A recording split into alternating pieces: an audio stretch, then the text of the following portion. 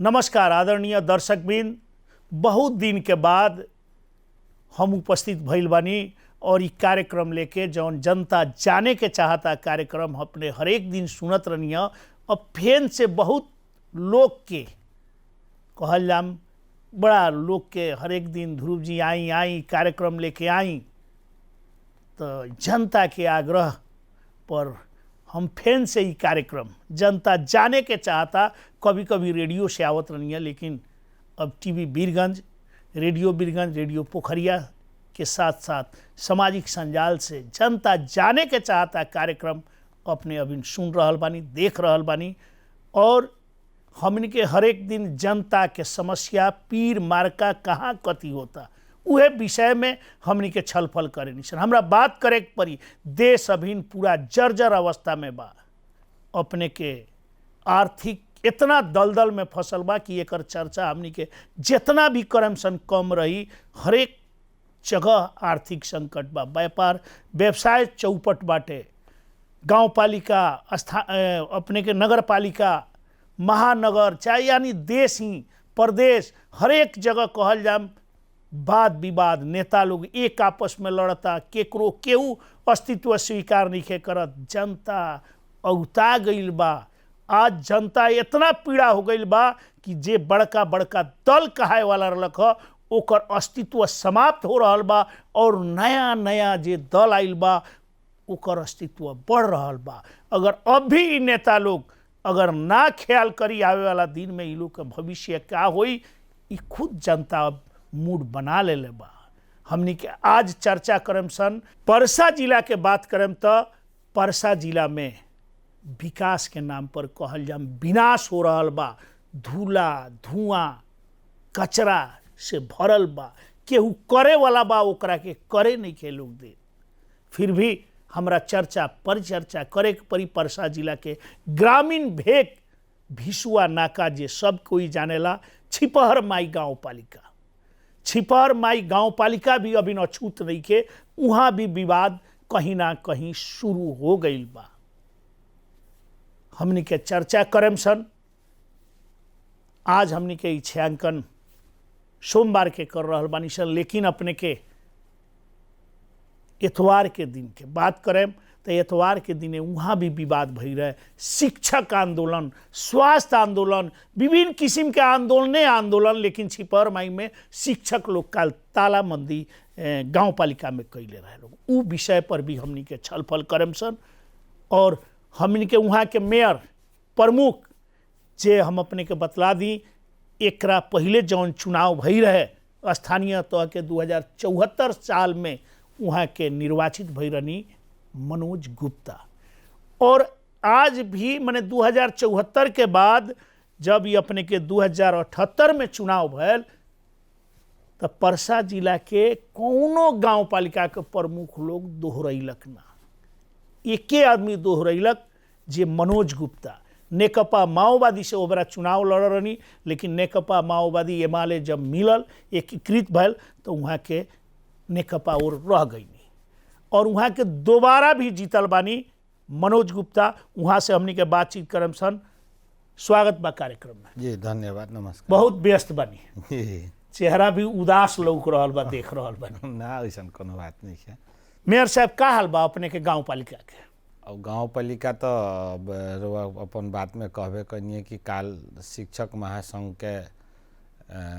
कुछ शिक्षकगण लोग गाँव पालिका तालाबंदी कैले रहनी लोग, वह संबंध में काल हमनी के दिन बीतल और उकर विषय में भी आएम। और जैसे एकरा पहले जीतर रहनी, अब किर भी जीतनी, अब 1 वर्ष करीब करीब होखे के लागल। एकरा पहले अपने कहीं देश में ही चर्चा में कहीं रहनी, हम विभिन्न समय में बातचीत भी कैले रहनी। कोरोना काल में भी अपने से जाके स्वयं गांव में बात करें, टीका टिप्पणी भी बहुत लोग करेला, लेकिन फिर भी अपने के जौन काम एगो रहे, जौन विकास के गति कहीं ना कहीं अब किर जितनी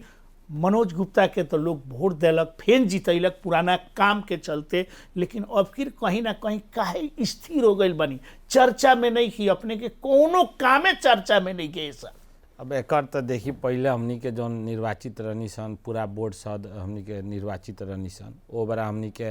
हमारे एकल विजन लेके हमनी के नागरिक प्रति उत्तरदायी जब समझ के सब एके दल के भैला के चलते वो लोग के हम डरवा के कि हमनी के जनता पर ही आधार पर रह के विकास की योजना हमनी के आगे खड़ा करे के बा कह के वो लोग के हम चलनी जौन की ओकर रिजल्ट बहुत पॉजिटिव आयल। लेकिन विगत ई चुनाव में हमनी के बोर्ड ना भैला के चलते नेपाली कांग्रेस के उपाध्यक्ष 3 गो वार्डा अध्यक्ष जी लोग प्लस जसपा के कुछ सदस्य जी लोग वहाँ लगन के उपस्थिति में बोर्ड गठन भइल बा। अब एमे का बा कि कुछ नया जनप्रतिनिधि जी लोग के अइला के चलते कहीं ना कहीं एगो तो दल के चलते और ही समस्या बा। रियल में कहम तो स्थानीय तह के दल से ना जोड़ो गई तो बहुत अच्छा रही। अब ई दलगत साहित्य का होता मनोज एमाले से बाड़न अच्छा काम करता रहन तो नेपाली कांग्रेस के कोई हरासमेंट होता कि नेपाली कांग्रेस अध्यक्ष में बाड़न तो जसपा के वो में सदस्य बा लोग तो उनकर नाम कमा लियन कि एगो एक अर्का के मने नीचे देखाव में ई टांग घींचे के हिसाब से कोई ना कोई विकास के गति वो टांग घींचे के एथी में अपनहु अब फिर पड़ गइल बानी का। अब का हो गइल बा रियल में पड़िए गइल बानी बहुत वही से चेहरा पहले हम इंटरव्यू ले रहनी गांव में जाके बहुत हासिलो चेहरा रहे लेकिन अभी देखा तनी तनका चिंतित तो कुछ बानी ना चिंतित देखी विषय बा हमनी के ऐसे कि हमनी के जौन पहिलका कार्यकाल में प्रैक्टिस काल रहे देश में नया गांव पालिका गठन भई रहे बहुत कुछ ना जानकारी रहे फिर भी उतना हमनी के देश में स्थापित करनी सन गांव पालिका काम कैनी बहुत चर्चा भी रहनी जी बाल बच्चा जौन एगो कोख में रह लड़की से लेके वो बिछौना पर रह एगो पुरनिया तक के बारे में सोच के योजना हमनी के निर्माण करी सन। आज ये आर्थिक वर्ष चल रहा बा बीते भी जा रहा बा लेकिन एगो नागरिक प्रति जिम्मेवारी होके वाला काम हमनी के ना करे सकनी से एकरे खातिर हमनी के चिंतित रहेला मन में कि रियल कहतनी काल के जौन परिवेश में हमारे जौन चर्चा रहे आज चर्चा नहीं है कोई ना कोई हमनी के एबरा गांव पालिका में असमझदारी के चलते कि वहाँ लगन नहीं लोग बुझे सकत कि हम नहीं बुझाओ सकत कोई ना कोई एगो तो अब तो चुनाव 1 साल पहले भल विभिन्न दल से केहू जीतल तो अब तो अपने लगन एकता बद के काहे कि जे जनता वोट दिलक उ सब लोग जनता अपने के विकास करे के स्वास्थ्य के सुधारे के शिक्षा के सुधारे के हम तो देख रहा बानी छिपहर माई चारों ओर से छिपर माई के छेदे हो गई ना छेद ना माने कोनो काम नहीं कि ऐसे पहले काम कितना चर्चा रहे हम इन्हीं के चर्चा करी सन लेकिन अब चर्चा करे वाला विषय नहीं के काले अब शिक्षक लोग के आंदोलन रहे अपने के तालाबंदी कर देलक लोग जी वो विषय में देखी काबा कि एगो नया जनप्रतिनिधि लोग के अइला के चलते काबा अब धीरे धीरे उन लोगन के समझे में तंका टाइम लागी भल 1 साल बीत गल धीरे धीरे 1 बरस होल एकर अब एकरा बाद अब 1 बरस बीत गल अब धीरे धीरे कितना दिन कछुआ के ताल से एकरा पहले तो कछुआ लखन ना चलत ना रहे तो उहे न होला तो अब एक आदमी के निर्णय और 3 आदमी के निर्णय कइला में तो तंका फर्क हो जाता नु लेकिन हमरा पूर्ण विश्वास ऐसा कोनो बात नहीं है कि हाँ हमार बोर्ड के सदस्य जी लोग काम नहीं करे देत काम करे देता नहीं लोग लेकिन वहाँ लगन के काबा कि नया नया जौन जनता प्रति के जौन जिम्मेवारी वाला काम बाड़ सन वहाँ लगन तंगा बुझे में समस्या हो जाता। चलिए ऊपर आए हमरा के काल के घटना के बतला दी काल तालाबंदी भइल बा खुलल की अभी तालाबंदी ना जी ताला खुल गई हमरा कोई से जौन अब देखिए हर एक पालिका में जैसे काल तालाबंदी अनिश्चित काल खातिर तालाबंदी 1 दिन में केंग खोलवा हम तो 10 मिनट में खोलवैनी केंग खोलवैनी तनका बताओ तनी हमनी के अब गांव पालिका में शिक्षक में भी संगठन बा नेपाली कांग्रेस के संगठन बा नेकपा एमाले के संगठन बा जसपा के संगठन बा। एक दिन पहले कुछ टीचर सर लोग हमारे से बात करनी कि रोबा से भेटे के बा हमको बिहान 10-11 बजे के बीच में आई हम ऑफिस में आए अभी 10 बजते नहीं है तले मालूम चलता कि गांव पालिका में ताला लगा के वहाँ लगन 20-25 पूरा सर लोग बैठ के अनिश्चितकालीन खातिर हड़ताल कैले बानी लगन कह के हमनी के नेपाली कांग्रेस के एगो लीडर पहले भी लड़ रही हमरे संगे यहाँ के तो वहाँ के जाके एक बदता जनाव तनी कह के संदेश आयल माने कहीं ना कहीं शिक्षा में भी राजनीति जी वो तो प्रस्तुत तो हुए जे आदमी अभी गांव पालिका के मालूम नहीं है कौन संबंध में तालाबंदी होता तले राजनीतिक दल लोग जाके उनमें अपन एक बदता जनाव तो मांग तो कैले रहो 10 बूंदे मांग रहे ओजन हम पुगनी तो सर हम कहनी तनी ये आज के ये आंदोलन के कारण का बा हमरा के वहाँ लगन 10 बूंदा हमरा के इससे पहले अपने के मौखिक जानकारी ना मौखिक जानकारी डायरेक्ट तले बंद जी अभी अब एक बाद में हम देखनी बहुत नागरिक लोग भी रहनी लोग सर भी लोग लेन पढ़े तनी तो उमें दीवा खाजा के विशेष फोकस कइल गई रहे दीवा खाजा जौन बच्चा सबके स्कूल में खिया जी वो पैसा चाही कह के तो हमनी के हम वहाँ लगन से का कहनी सर कि का अधिकृत प्रमुख प्रशासकीय अधिकृत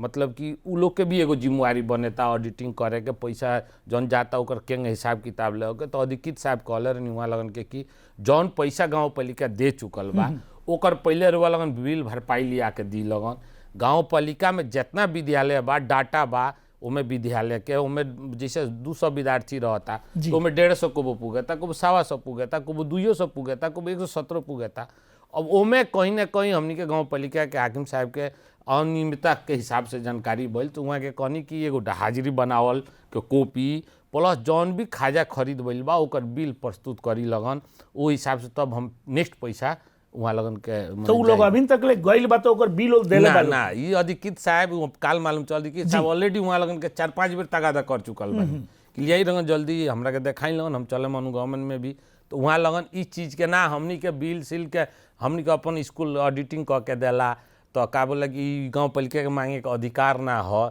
शायद वहाँ लगन भटक गई रहनी लगन। तो ओकर का समस्या ओकर का हम ये सब प्रस्तुत करनी, बाद में बैठनी वहाँ लगन से हम पूछे नहीं तो वहाँ लगन कहनी लोग कि ठीक बा सर हमनी के गाँव पालिका पैसा निकासा के तरफ चलो आ हमनी के बिल बनाओ के तरफ चलता काल भइल भाई बात जी। काल एक नंबर में एक पहिल के बूंदे हुए पहिल का बूंदा उ रहे जी। दोसर बात में अपने के शिक्षक के हम देखिए एगो काबा की दुर्भाग्य बा हमनी के नेपाल में कि जौन देश के 10 न पृथ्वी पर जितना भी राष्ट्र बा सबके शिक्षा ही स्वास्थ्य प्राथमिकता होला विकास में। आज से 20 बरस 15 बरस पहले जितना नेपाल में शिक्षक के दरबंदी रहे आज के डेट में उतने बा, लेकिन काल के डेट में जौन विद्यार्थी स्कूल में 100 रहे आज 400 हो गई 300 हो गई। काल के पढ़े वाला लड़का आज पास करके 10+2 चल गई, लेकिन शिक्षक के दरबंदी उतने बा पूर्ति नहीं हो सकत नेपाल सरकार से। तो गाँव पालिका में हम 5 साल स्वयं शौक 10,000 में हम नियुक्ति कैले रहनी मोटा मोटी पहले की अभी पहले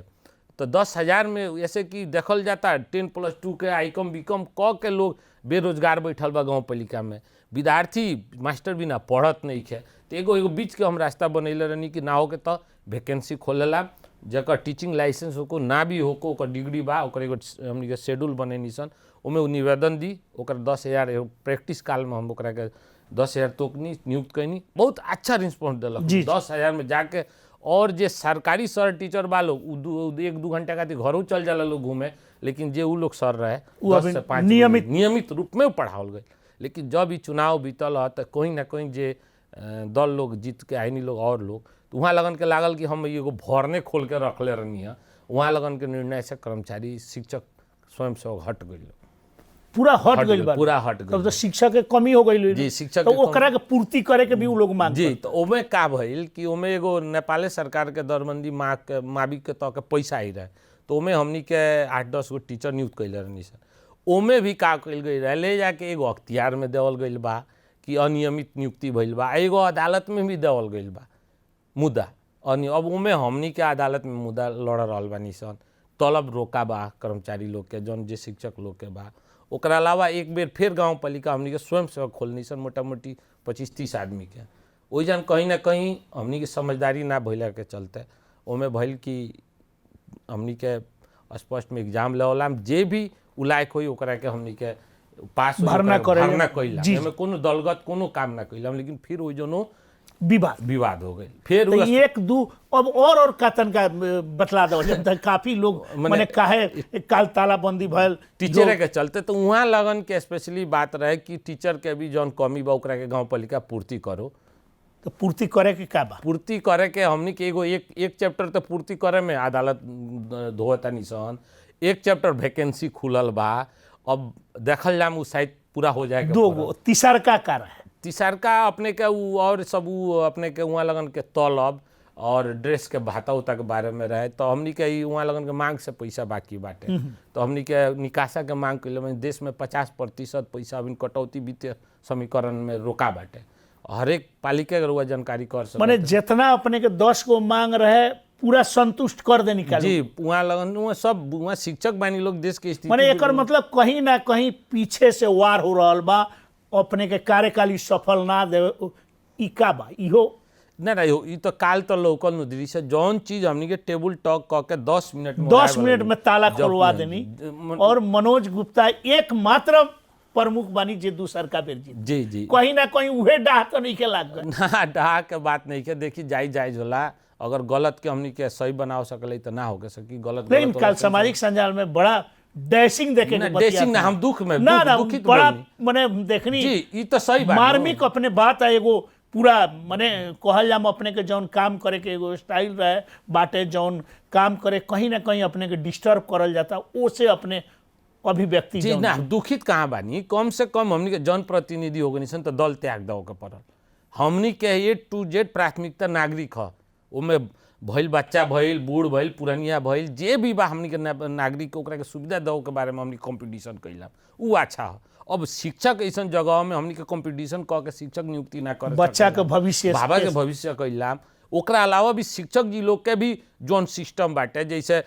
जौन खाजा बाबू पैसा के वहाँ लगन ले जाता नहीं लगन तो रियल में का खैलक ना खैलक कितना खैलक ओकर डाटा भी पेश अगर डाटा देता लोग तो कौनो किस्म के अपने ओमे डिस्टर्ब नहीं के कोनो डिस्टर्ब अगर डाटा नहीं की लोग देत अगर चाहते हैं लोग कि हम रिकॉर्ड रुका के पैसा कहीं तो खाएंगे ओकरा खातिर हर एक कदम का ना खाएम ना खाए दे हमरा खाए के तो सवाले नहीं का अभी तक ले छिपर में 5 साल बिता चुकनी ना काम देखी काम बोलता है तो कहले अपने के काम जौन देखल गइल बा विगत में सुनल गइल बा आखिर ओकरे रिजल्ट अपने के दोबारा भी मिला जी शिक्षा सुधरी कि ना देखी हमनी के गांव पालिका पर खास करके अपने गांव पालिका ना हमारे गांव पालिका तो बहुत शिक्षा में सुधर आज देखी 10+2 दूगो संचालन रहलक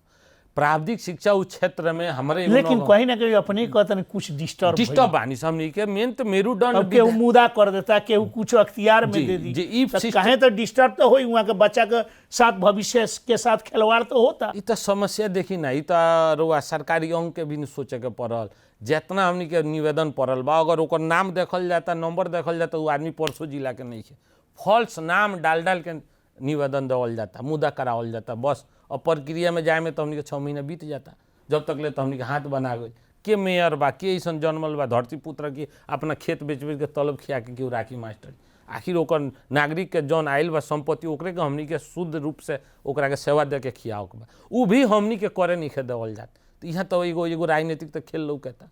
ऐसे जब विद्यालय के मेरुदंड ही टीचर होला टीचरे के नियुक्ति ना करे सकल तो स्कूल तो यहीं ध्वस्त हो जाए जबकि 2 10+2 बाल लड़की लोग के साइकिल दे के हम घर बैठल इससे पहले अपने साइकिल भी दे के हम पढ़ा रहल बानी प्राविधिक शिक्षा उजन संचालन कर चुकल बानी 36 से लेके अपने के मावी तक के मिला के 45 गो टीचर हम नियुक्ति कैले रहनी हर एक तबका कहीं ना कहीं अपने काम से संतुष्ट नहीं की संतुष्टि ना जो ना मनोज जी के बात से हमारा लागता पहिलका बात अभिन के कार्यकाल में देखिए पहिलका एकदम हम देखत रहनी अपने काम अपने के गांव में गइल बनी अपने गांव में बात भइल बा अपने के विकास के बारे में चर्चा कैले बनी आज के बात तनका कहीं ना कहीं जनता के जौन देवे के चाहिए उ नहीं देत महसूस जैसन बा देखी अगर गांव पालिका ये आर्थिक वर्ष में हमारा पूर्ण विश्वास बा जी कि जौन 5 साल चलल बा ओकरा वैसन के रफ्तार में नागरिक के प्रति सोच के ओकर शिक्षा स्वास्थ्य ओकरा ओकर खुशी के में देखिए हम ऐसा सोचे वाला ही कि हमारा पालिका के नागरिक अगर खुशी हंस दिलक गांव पालिका के नाम पर तो बुझ दम एगो विकास है गांव पालिका में लड़की जन्मल कोख के ओकर बीमा शुरुआत कैनी प्रदेश सरकार बाद में नियम लागू कैल उससे पहले हमार देन है नेपाल सरकार के अंदर में हमार लागू कैल बालिका स्वर्ण योजना को बड़ा घोषणा कैल ऑडिट 60 लाख रुपया जब गिरा दिलक तो हमारे देह में बेचैनी हो गई हम कहनी तीरे में अपने पाल से पैसा लेकिन दोहरों में ओकरा के जाके फिर सुधार भइल ओकरा अलावा अभी हमनी के लगे ठीक बा 10,000 20,000 1 लाख रुपया बहुत जगह लगे पैसा बा कोनो बड़ी बात नहीं आज भी गांव में ऐसा गरीब लोग बा कि लड़की के शादी अगर पड़ता तो 100 आदमी के बोझ खियाओ के लगे पैसा नहीं है वैसन लोग अभी नेपाल में इतिहास में मालूम कर जौना में अपने के लोक सेवा आयोग में निकल रहे कि नेपाल में कन्यादान राशि लागू करने पालिका कुनो कह के छिपर में हम अभी बा की ओरा गइल बा ओरा गइल बड़ा दुर्भाग्य के बीमा ओरा गइल अपने के ओकरा के शुरुआत करे के पहल काहे नहीं कर पहल कइल जाता तो एगो ना रुआ से कनिए तो कहीं ना कहीं सोच में आ गइल बा कि अगिलका अगर फिर से रफ्तार चलता लेकिन फिर भी अब दायित्व तो बा अब एकरा के तो समस्या के समाधान तो अपना ही के लेकिन इतने दिन में हमारा बुझाता जितना हमके साथी लोग जीतल बानी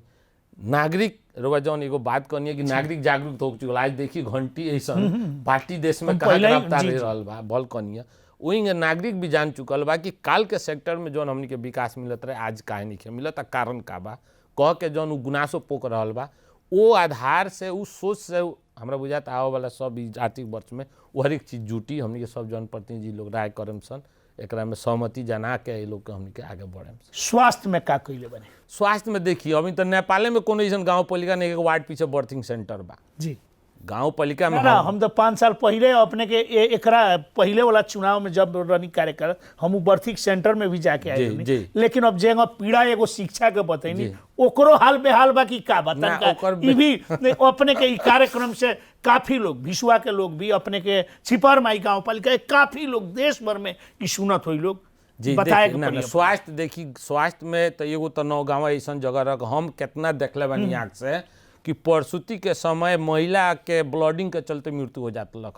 खटिया पर लाद के ले जाके बेतिया इलाज कराओ के पड़त लख आ ना तो वीरगंज में लियाओ के उमें से 50% चांस बचे के आ ना तो मरे के रहत लख। जौन जगह में हम वार्ड पीछे डबल एम्बुलेंस, वार्ड पीछे बर्थिंग सेंटर, वार्ड पीछे MBBS डॉक्टर,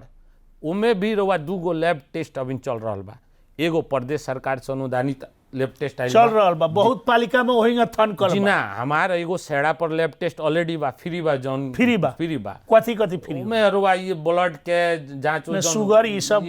माने और जौन जनरल जांच पूरा फ्री जी फ्री बाटे। ओकरा अलावा प्रदेश सरकार से एगो लैब आइल बा ओमे बहुत ज्यादा वैरायटी बा मशीनरी बा तो ओकरा में भी प्रदेश सरकार तो लोग आधा शुल्क लेके ओकरा के माने प्रदेश में भेजे के गाँव पालिका में ना रखे के तो उ अमीन के सुविधा हमनी के तैयार बा। औषधि ऐसा चीज जौन और बहुत गांव पालिका में हम अब एकरा के चर्चा हमरा करे के पड़ी वहाँ जीवन जल नहीं खे किनाई लेकिन माछी मारे वाला दवाई किना गल बा अपने गांव पालिका में का ना देखिए ई सब नाम ना धरम उस समय आई गांव पालिका के धर्म लेकिन बहुत ऐसा गांव पालिका में आज भी मेयर उप मेयर हाकिम ई सब ताना तानी से माछी के दवाई किना जाता लेकिन एगो जीवन जल नहीं है अपने के गांव पालिका ना सर देखिए हमरा पालिका में दवाई 2 तह में स्टॉक रहेला। एक तह में वार्डा में चल गई, एक तह में हमनी के गांव पालिका में स्टॉक रहेला। हमनी लगे कोइयो 5 साल में देखी ऐसा बात नहीं कि हम बहुत स्वच्छ बानी यही हमारा पीछे आदमी नहीं खे लागल ऐसा बात नहीं कि हर एक दल के लोग के निगरानी बा। 9 गाँव कहे वाला 9 रतन लोग वैसा राजनीति करेला ऐसा बात नहीं है। 1 से काल सांसद माननीय जी लोग भी बनी लोग हमनी के गांव पालिका रियल में जनता प्रति उत्तरदायी सोच के आगे बढ़ल बा। हमनी के अभी भी दवाई के कोई गुनासो हुआ सुने के ना मिली। एम्बुलेंस सुविधा वहीं अभी जारी बा। स्वास्थ्य बर्थिंग सेंटर बा जौन वहीं जारी बाटे। अपने के का बोलेला कि एगो और ही चीज़ तनका समस्या ये आयल कि वो बड़ा हमनी के गरीब तबका के लोग गांव पालिका के जब मैंने वो लोग के बीमारी तनका हाई क्वालिटी के बेसी खर्च वाला होत रख तो गाँव पालिका के उ लोग गुहार करत लख गरीब लोग ओकर हमनी के डायरेक्ट अस्पताल के जाके समन्वय पे भी करत नहीं लगन कुछ हम पहले अपने से बात भइले ई सब अभी नु का वो कटल बा बहुत दुर्भाग्य के अपने तो बड़ा माने आदरणीय दर्शकबिंद और रेडियो वीरगंज टीवी से सुन रहा बहुत ही मनोज जी के जौन आज हम बात सुन रहा बानी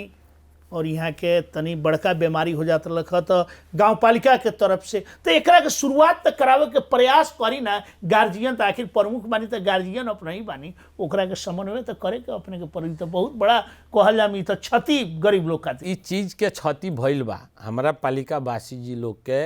ई पीरियड आर्थिक वर्ष में क्षति भइल बा जौन की प्रत्यक्ष एगो गरीब एगो असहाय एगो माने अभिभावक ना भइल लोग खातिर गाँव पालिका खड़िया के देखत लक कि हाँ इनकर अभिभावक हमनी के बानी सन चाहे ओकर स्वास्थ्य को भोजन रोजी रोजगार 100 लोग के रोजगार दिले बानी सन जौन हमनी को बड़ा दिले से तो वो रोजगार में बहुत कटौती माने कहीं ना कहीं सब तरह से डिस्टर्ब अभी गाँव पालिका जौन अपने के योजना पहिल का रहे जितना सुख सुविधा माने जनता के रहे अभी कहीं कहीं नहीं देवे सकले ओसे कुछ खटकत खटकत आत्मगलानी तो बानू आत्मगलानी बा मजबूरी बा। नेपाल के संविधान अंतर्गत ज़्यादा हाई एक्सपर्ट होके लाई भर विवाद हुई तो वैसे मीडिया लोग और ओकरा के मने बात और का सड़क उड़क के जैसे बिजली बत्ती में भी काफ़ी अपने इससे पहले चर्चा में रहनी अभी का ना हमनी के हर एक तब सड़क बहुत ही पूर्वाधार में कमी नहीं है रुआ देखते बानी हम तिलाव पुल से डायरेक्ट रुआ 9 गाँव घूमत हरिहरपुर होते पोखरिया हाईवे में रुआ घूम के आ सके तानी हर एक गाँव में रुआ नाला ढलान युक्त हमनी के हो चुकल बा। कहीं ना कहीं अपने के काम देख के अब हमारा तो शब्द में कहे विरोधी लोग के छटपटा के कहीं ना कहीं अपने लगन के नेता लोग जी एक होता नहीं लगन ओकरा के कुछ पीछे के लोग एक नहीं के होके ना ना हमारा भाषा में जी ना वैसन बात नहीं है। हमरा बुझाता जे प्रतिनिधि लेकिन एकर भूमिका तो खेले के पड़ल भूमिका खेलल गइल बा उहाँ लगन बुझ चुकल बानी लोग कि रियल में हमनी के मिस कैले बानी से आर्थिक वर्ष आम नागरिक प्रति आओ वाला दिन में अब उहे लगन अब कहे लागल बानी लगन कि ना हमनी के राउर विजन हमनी के साथ चलम से ई रियल बात है। सब लोग जी सब लोग ये 6 महीना 7 महीना में जब नागरिक के गुनासो बढ़ल है आ नागरिक बता रहा बा कि मेयर में कमी नहीं है, रियल में कहाँ कमी बा, ई चीज़ वहाँ लगन बोध कर चुकल बानी लगन महसूस कर चुकल बानी लगन कि ना कि अब हमनी के जौन ई आर्थिक वर्ष चलनी असन खाली सड़क के ढलान से ना एगो विकास होला। सही बात नागरिक के विकास में बहुत सेक्टर बहुत जैसे अपने कहनी एगो नेपाल के ही नमूना अपने के दहेज के भी बात कही नहीं, लड़की लोग के बात कही, आज वो रुकल बा कहीं ना कहीं बहुत बड़ा कहल जाम छिपर माई गाँव पालिका के गरीब लोग के खास करके निम्न वर्ग के लोग के क्षति जी। तो अब वहाँ लगन के भी मने बहुत दिन ई बीच से बात वहाँ लगन करता लोग कि ना रउआ बताई जौन विजन बा हमनी के साथ देम सन, लेकिन हमनी के अब जानते गुना अब बुझ गइल बा लोग भी कि अब जनता जीतैले बा, अब झगड़ा करे के ना काम करे के रियल में दायित्व उहे बात जी दायित्व उहे काहे कि झगड़ा करम फिर 4 वर्ष अब तो 1 वर्ष बीतिए गए फिर जनता के मात जाए के बा जी। आखिर राजनीति करे वाला कहीं ना कहीं तो मंदिर में जाके ना बैठियन, राजनीति करियन, मेयर में रहस चाहे उप मेयर में रहस चाहे वार्ड 10 में रही चाहे सांसद माननीय कुछ में रही जी उसे कहीं ना कहीं वो लोग बुझ गइल बा। और हमरा बा कि यहाँ के बात से अभिन भी सभी ये हम छिपर माई के बात नहीं, हर एक गाँव पालिका के लोग अगर अपने कार्यक्रम सुन रहा बानी तो अभिन भी नेताजी लगन हाथ जोड़ के विनती बा हम इनके अब छोड़ दी पहाड़ मधेश, अब काम करी लगन, देश के केंग विकास हुई, गांव के केंग विकास हुई। हमरा चर्चा तनका करे के पड़ी सुरक्षा अवस्था के। छिपर माई बॉर्डर के अभी अपने के बगले में डकैती भइल बा, बड़का डकैती सहित अपने के वो पार इंडिया में ना हमनी के एरिया में तो नहीं भाई, अपने के गांव में नहीं, अपने के बॉर्डर के वो पार जी। और कुछ सामान एने लिया के फेंकले वालों की चर्चा में तो सुन ले चड्डी डकैती तो कथी डकैती एगो भेलाई ओलाई और जी भेलाई क्षेत्र में है आखिर अपना ही के अड़ोस पड़ोस तो शांति सुरक्षा भी कहीं खलबलाए वाला अवस्था बा, आर्थिक देश के अवस्था भी गंभीर बा, एकरा के सजग रहे खातिर अभी से कुछ तैयारी बाकी ना देखिए हमनी के जौन ये 5 गो वार्ड बा 4 गो वार्ड तो सीमे में पड़ेला और जहाँ तक इंडिया में हम चर्चा जी ना उ बा, लेकिन अभी रियल में ओजन के स्थलगत बुझला में हमनी के पहले एगो छिपर में 1 गो कैंप रहलक सशस्त्र के, अब 2 गो यूनिट हो चुकल बा। मिर्जापुर संभवता एगो यूनिट देखेला, अपने के बंजारी कैंप भिसुआ और जमंगलापुर देखेला, और ई हिसाब से अभी तक ले हमरा पालिका के अंदर में ऐसा कोनो ना अपने के पालिका अगर बगल में हो गइल बा तो बगल में आग लगी तो पड़ोसियों कुछ भी हो सकता है। एकर योजना में कुछ एकर सुरक्षा के व्यवस्था में कुछ अपने लगन कार्यक्रम आगाड़ी लिया रहल बा जी ना। हमनी के कुछ दिन पहले भी बैठल रहनी सन, सोचा नया यूनिट लोग भी परिवर्तन, इंस्पेक्टर लोग आइल बा, सही लोग आइल बा, वहाँ लगन से बात भी बोल बा, वहाँ लगन कहबो कनी लोग कि एसपी साहब से हमनी के बहुत टाइट निर्देशन बा, हमनी के बदनाम एरिया काम होको ना होको तस्करी होता क के कोइया हम तस्करी के अभी बात ना, अभी चोरी डकैती तस्करी होए ना होए उ तो अब उ तो केतनो तार जाली लगा देवल जाई तभी सीमा इलाका बा उ एगो अलग पार्ट बा। लेकिन अभी जौन डकैती के हला बा अपने भी सुन ले, नेपाले में लिया के गोली बारूद बिगड़ रहे, पैसा बिगड़ रहे, वैसन नेपाल में भी अगर अपने के इलाका जौन बा वो भी तो एकदम जी घाटने से बहुत सतर्कता भी बा। हमनी के गाँव पालिका प्रहरी भी मने बा लोग, वो लोग के भी हमनी के मने अब प्रहरी से समन्वय क के भी भइल बा कि रात के भी वो लोग ड्यूटी करेला। हमरा एगो और चर्चा अपने करे के बहुत लोग अपने की आवाज अपने के सफाई दी चाहे का बा एकरा कहीं सफाई दे बा सफाई भी दे सकता नहीं। एगो आरोप बा जी मनोज गुप्ता बहुत पैसा कमैलन पहले रहलन तो अब कमाए के नहीं खे मिलत, जाके बिल्डिंग देखी लगन 5-5 तला के बिल्डिंग बना रहल बड़न और कहीं ना कहीं अख्तियार में चले जाम देवे, ई भी चर्चा भीतरे भीतरे हो रहल बा का भाई जी। ये बात ना हमारा चर्चा करे पड़ी। बहुत लोग अपने के क्षेत्र के कि अब वहाँ गांव में ना रहलन, बहुत बड़का बिल्डिंग हम तो देखले नहीं कि अब केने अपने बनाओ तानी बहुत बड़का बिल्डिंग बना लेलन मनोज गुप्ता, पहले कुछ ना रहे 5 साल में। ये बात चर्चा के लोग के तो बात थरी थरी के कहे के भाई एगो बात रुआ कनी अख्तियार में जी। शायद हमरा नहीं बुझात कि 5 साल में क्यों छोड़लो के हमरा के कोनो जगह तक ना पुगा डर नहीं खेला ना कथी के हम दे अभी भी देखिए अब घर जौन बा आज से 62 साल के हमार घर बा उमे रहे नी मुरली चौक हई जौन एगो होटल बनता जौना के 5 तला मोटा मोटी 5 धुर में घर बनता ओकरो हमार वो लिंक रोड में Nepal tiles and sanitary Birgunj के बड़का शोरूम रहे हमारे टाइल्स के वो बड़ा बड़का शोरूम रहे वो बड़ा अपन दुकान वो भाड़ा में रहे 50,000 के तो एगो ओकरे ठीक सामने हम 5 व्यापार भी अपने पहले कई जी हमारे एमके मेटल उद्योग कारखाना रहे अपने के का बोलेला कि भाड़ा बर्तन बनावे वाला नेपाल टाइल्स रहे अपने के का बोले कि रियल एस्टेट यहाँ चर्चा बा खाली कमाइए के अपने वही में से कमा के बिल्डिंग बनावता नहीं भाई शायद जे नहीं जानत उ जान लिए को पढ़ल ना वही से तो हम चर्चा 74 साल से गांव पालिका लागू भइल ह लेकिन हमार रुआ का बोल कि 68 साल से हमार दुकान रख ह अपने के एमके मेटल उद्योग हमार 62-63 साल के दाता ह नेताजी तनका बता दी 5 साल बीत गए जी 6वां साल में अपने कल हम दोसर का बेर जीतनी एकमात्र हमरा चर्चा बार बार करे के पड़ी पहले एगो व्यापार करता जी अभी राजनीति करता नहीं सेवा करता नहीं जी संतुष्टि कितना मिलल बा देखिए अब काबा ना जनता के बताओ हम बताओ तनी उस चीज में देखिए रियल में कहें अगर बिजनेस हिसाब से इनकम हिसाब से तब बिजनेस ठीक बा बिजनेस ठीक बा लेकिन हमनी के देखिए हमारे 3 पुश्ते हो गए हमारे बाबा जी गावी सह अध्यक्ष बाबूजी हमार का बोले कि लॉ पढ़ल व्यक्ति वो भी गावी सह अध्यक्ष और नया संरचना नेपाल में लागू भई तब से 2 कार्यकाल हम गाँव मनोज जी भी जी गाँव पालिका हमनी के 3 पुश्ते एगो राजनीतिक लोग में एगो लेकिन पहले के राजनीतिक में अभिन के राजनीति जैसे बाबूजी अपने के बाबा ये लोग रहे कहीं ना कहीं पहले में अभिन में तो बहुत परिवर्तन अब वो बरा के समय भी कुछ और रहे बरा के भी समय फर्क बा लेकिन हम रुआ जौन कहनी केने रुआ अच्छा संतुष्टि बुझाला पैसा के तरफ ताकेला तो बिजनेस जैसन संतुष्टि कोनो बिजनेस काम नहीं है लेकिन जौन हमनी के लोग के दुख सुख देख के उमें हम महसूस करे निसन दुख होता तो दुख है आज हम दुखित बानी अंदर अंदर कि हमारे इतना इतना लोग के छीना गए का है लेना देना नहीं है कोनो नाता नहीं है लेकिन का है वो नागरिक प्रति हमार उत्तरदायित्व बा ओकर खुशी से हम खुशी महसूस करता नहीं तो कहीं ना कहीं ये चीज़ बिजनेस में ना मिली ऐसे हम रियल में अपने के कॉम्प्रोमाइज करें कि काल के डेट में का रहनी आज के का रहनी तो हम बहुत पीछे बानी घर में तो घर परिवार तो कुछ ना कुछ तो कहत हो कौन काम में लाग गई नहीं अब वो तो देखिए घर के हम अकेला एक बेटा बानी घर में भाइयों नहीं है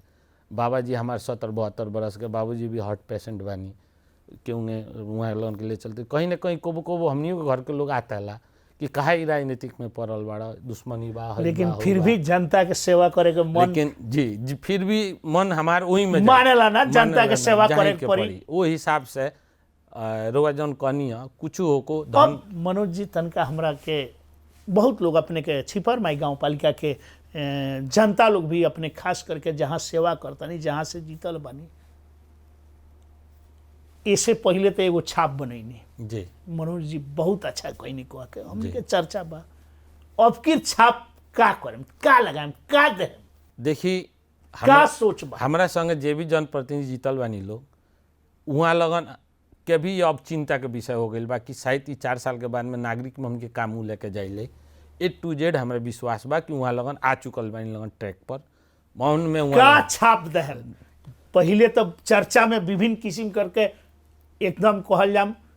बड़ा एगो चर्चा के मेयर रहनी दूसर का बेर ओकर फल भी मिलल जी लेकिन अब की योजना का बा देखिए योजना हमनी के फिर अभी आओ वाला आर्थिक वर्ष है फिर हमनी के मने देखिए विकास तो वही नागरिक के बीच में विकास तो रोड आई तो नाला के तो हम ना करें एगो फर्क किस्म के मने कुछ तो मने लियाई लोग सोचत तो हो सोचल जाई अब आओ तो एक योजना तैयार होता 1-1.5 महीना के बाद जनता के बता दी ना सुन रहल वाले काफी जनते के तो फायदा खातिर लिया हम जनते के जौन प्रभावित होके जनता के जौन सुविधा हो वही खातिर योजना लिया अब एकरा में हमनी के लागे विरोधी लोग केतनो डिस्टर्ब करी ना अब ओसे कोनो अपने के देखिए हमनी के काम करे ना देखिए रियल में हम कहता नहीं बीतगत 5 साल में हमारा के विरोधी लोग ये जो लोग माने वहाँ लगन सपोर्ट करनी लोग वो बड़ा हर एक लोग के ये बड़ा का जने जब बोर्ड में भइला पर भी काहेंगे समस्या आ जाता जबकि माने पहले सपोर्ट कैलक जी अब उ लोग के कह देने रेडियो मार्फत टीवी के ना मार्फत का आग्रह करे हम वहाँ लगन से आग्रह ना वहाँ के खुद अंग लोग बा हमरा संगे नु जी। जसपा के 3-4 गो सदस्य बानी लोग वो लोग अंग भइनी नेपाली कांग्रेस के उपाध्यक्ष है 2-3 गो वार्ड 3 गो वार्ड अध्यक्ष उन लोगन की अंग भइनी लोग। तो हम तो अनुरोध करें कि अगर मनोज फेल होता रहन तो जासपा छिपरमाई के फेल होई, नेपाली कांग्रेस फेल होई, एगो मनोज फेल ना होई। तो एकरा के बचे के एक एगो उपाय बा, एकरा के सबके एकताबद्ध होके जनता पर जिम्मेवार बन के हमनी के आगाड़ी गाउँपालिका बढ़ावलाम कैलाम जौना से बिहाने सब लोग के एगो नागरिक में जाए के सफलता हमरा फेन एगो चर्चा तनका करी। काफी लोग काहे कि अपने के आवाज़ सुन रहल बा जौन अपने कहनी है बड़का बड़का जैसे विभिन्न किस्म के बीमारी हो जाता है वो कब से शुरू करवाएं, ओकरा के तो कम से कम करवा दी। देखिए आज भी अपना ही चर्चा करनी है उसे हम थप देंगे। आज भी हम अपने पाल से बेहोर रहल बानी। आज भी देखी का कितना दुख बा कि आज भी लोग आवेला निवेदन लेके हमार लड़की के शादी बा, आवेला लोग तो कहीं नहीं ला जी नियम तो नहीं है, कट गई बा पैसा तो रउआ दिन आ मेयर हैं चली हमरा लगे 21,000 का औकात नहीं के 5,000 दिन 10,000 दिन। आज भी हम इंटरनल कर रहल बानी। आज भी आर्थिक सहयोग बीमारी से पीड़ित बानी, हमार है बा हमरा लगे नहीं है, बेटा बाहर बा घर में गार्जियन नहीं है, हमार है नहीं बाबा जौन होला 50,000 नहीं के 5,000 दिन 2,000 दिन आज भी सहयोग जिया रहल बानी। हमरा गाँव पालिका में जे भी आज निवेदन रहे ओकरा फिरता ना जाए पॉकेट से देख मजबूरी बानी का करी का कहीं मेयर कहा तानी पैसा वाला बानी आ कहीं हम तोहरा 5-10,000 ना दिन तू ऊपर इज्जत के साथ पीड़ा बानी मनोज जी पीड़ा बानी अपने के आज बात करता नहीं मनोज जी कहीं ना कहीं अब की ये चुनाव जीतनी और ये 1 साल के कार्यकाल खातिर संतुष्ट नहीं जैसन हमरा महसूस हो रहा। अब जे देखी आके अब जनता का महसूस करी, लेकिन आज जौन अपने से बात करते नहीं कहीं ना कहीं जनता के जौन चीज देवे के चाहिए उ नहीं दिया। रोड सड़क तो सबके बा साझा विकास बा। नागरिक बहुत ऐसा नागरिक बा जौन पीड़ित बा, बहुत ओकरा अंदर में पीड़ा बा जौन अगर गाँव पालिका चाहे रियल में संहिता काहे लागू भइल। काठमांडू उठ के ट्यूकी चारगाहा में पूगे के पड़ल विश्व में तब संहिता सफलता कहाई। मंत्रिमंडल में बना के गाड़ी में चढ़ला से संगठिया सफल ना कहाई। घर घर सिंह दरबार केंगे कहाई। भिसुआ के ऑफिस उठ के ओकरा घर में जाई जयमंगलापुर तुलसी बरवा मिर्जापुर में तब उ कहाई घर घर में सिंह दरबार। ओकरा खातिर कथी करे के पड़ी, हमनी के हरेक जनप्रतिनिधि के ओकरा घर में ढुक के झाँक के देखे के पड़ी कि एकर आवश्यकता का बा। को गो हमारा गाँव पालिका में घर बा जौन एक बेर खाता एक बेर नहीं के खात, को गो घर में बाल लड़का बिना पैसा बिना पढ़ता कि नहीं के पढ़त, कौन का छत चुहता नहीं है। आज भी रउआ देखी हमनी के अवधि में केंद्र सरकार से हम जस्ता जकर छापड़ो रहे ओबरा हम का बोले कि टीन के पैसा व्यवस्था कैले नहीं। आज भी गाँव पालिका में टीन के पैसा होते हुए भी टीन नहीं के दिया हो सकत, केकरा के दौला विवाद बा। कम से कम आज 200 घर अगर टीन छा जाता फिर अगली का 200 हो, एक चैप्टर तो बड़ी। काल के डेट में 125 लोग रोजगार रहे, आज कम से कम ये विजन में और भी सेक्टर में बढ़ा के एगो रोजगार भी तो विकास न हुआ। ऐसे हम कहे के चाहते नहीं विकास के बहुत बा, इतना ना बा कि हमरा ऐसा को मेयर आई लोग जाई लोग विकास हो रहा है वाला नहीं के, लेकिन एमे हमनी के आओ वाला अब दिन से एकताबद्ध रूप से साथी लोग के लेकर लेकिन प्रयास अपने के ज्यादा रहे के जाना गार्जियन का होला प्रमुख अपने बानी। चलिए अपने के जे बा हम फिर 4 साल में छिपरमाई के नाम जेंगे विगत दिन के इतिहास कइल गइल बा फिर हुआ के कह के हम देखाएं करे जी। हमरा फिर अगर कहियो बात करे कोई तो आज जेंगा बात करता नहीं ऐसे फर्क बात हुई। जी जी एकदम हुई जेंगा हुई। हमरे रोवा देखी रोवो पत्रिका में सबसे अव्वल नंबर कहानी उनके परसा जिला राउर आवाज सुने खातिर लोग कान लगावला एफएम हमने ना हम तो वही से काल के का है तो रोवा लगे जायज बात बा, सही शब्द बा। अगर गाँव पालिका इस सेक्टर में नहीं आगे बढ़त तो रोवा कोबो हमरा पर क्लास ले सकता। एक और हम अंत में पूछे जी, हरेक देखा तानी प्राय गाँव पालिका में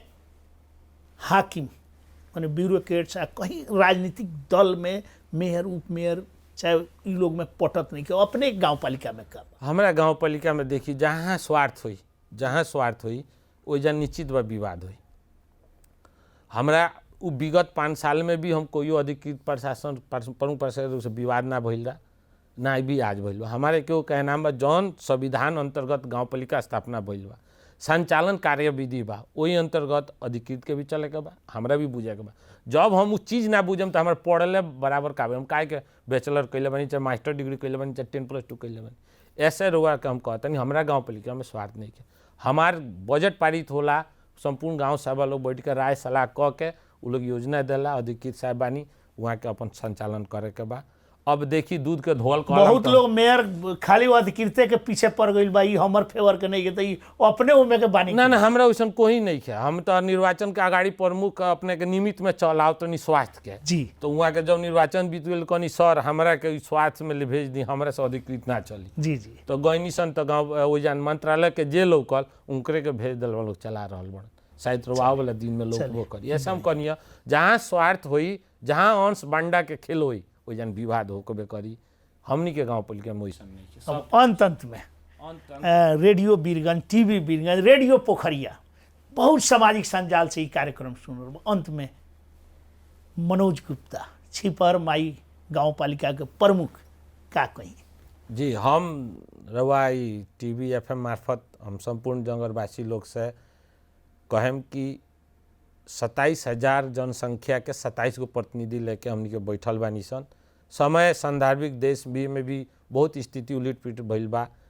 अभिन के बजट भी क्राइसिस में बा, देश क्राइसिस में बा। आवे वाला दिन में निश्चित बा सुधार हुई। जौन चीज़ हमनी के हमार गाँव पालिका के नागरिक लोग घुमैले बानी इस साल, जौन वहाँ लगन के हक बा, अधिकार बा गाँव पालिका से में ओमे इस साल विलम्ब भइल बा। ओकरा खातिर हम क्षमा मांगते हुए भी वहाँ लगन से वचनबद्धता देता नहीं कि आगामी आर्थिक वर्ष से गाँव पालिका रोवा लगन के जौन विगत दिन के भुलाइल चीज़ देते हुए भी थप नया सेवा सुविधा दे के हमनी के गाँव पालिका के बढ़ाए। धन्यवाद अपन व्यस्त समय देनी, धन्यवाद जी धन्यवाद। आदरणीय श्रोताबिंद, दर्शकबिंद, बहुत शानदारबिक बात भल। हम हरेक फेन कोनो पार्टी के नेता लोगों को कहूँ प्रमुखों को अपने लगन आपस में विवाद मत करी लगन और जनता प्रति उत्तरदायी होखी लगन। आज हमरा चर्चा करे के पड़ी। धोबनी गांव पालिका में भी तालाबंदी बा, पोखरिया नगर पालिका भी तहस नहस हो रहा बा, हर एक जगह कहूँ अछूत नहीं खे। अब आपस के लड़ाई छोड़ दी लगन। 1 साल बीत गल, कम से कम 3 साल और बढ़िया चलाई लगन। फिर 5वां साल के जहिया 1 साल बाकी रही तो आपस में राजनीति करम। यह आग्रह करत आज के कार्यक्रम से विदा लेतानी। नमस्ते, अपने के जय हो, जय जनता।